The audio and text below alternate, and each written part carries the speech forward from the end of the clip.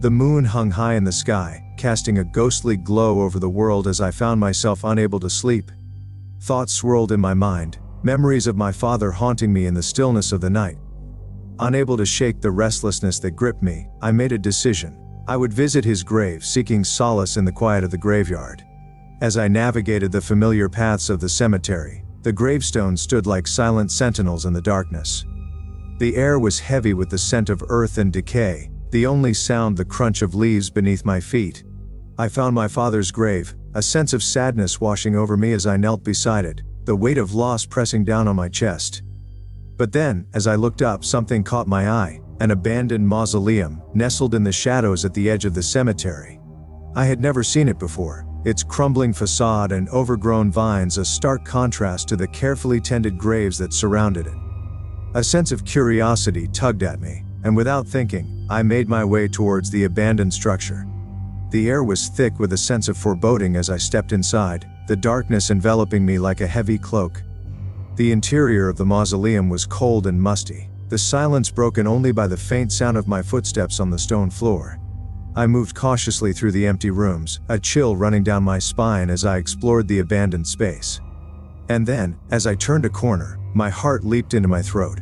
A group of figures stood before me, their faces obscured by masks and robes, their movements slow and deliberate.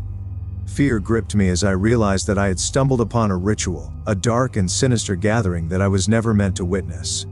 Panic set in as the group turned their gaze towards me, their eyes gleaming in the dim light. Without a second thought, I turned and ran, the sound of their footsteps echoing through the mausoleum as they gave chase. I stumbled through the darkness, the walls closing in around me as I tried to find my way to safety. But then, just when I thought all hope was lost, a figure appeared before me, the ghostly visage of my father, his presence a comforting light in the darkness.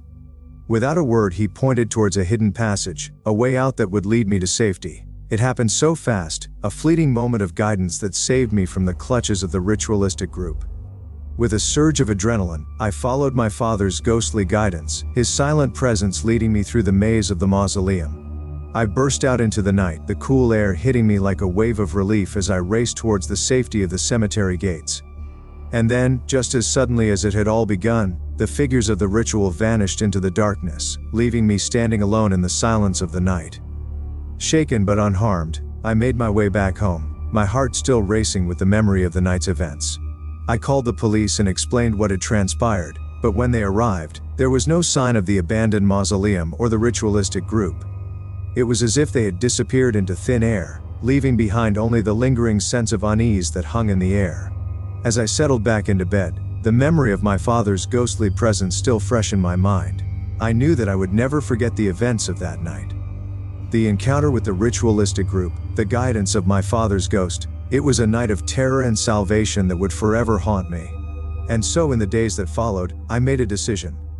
I would visit my father's grave in the light of day, seeking his guidance and comfort in the safety of the sunlit world.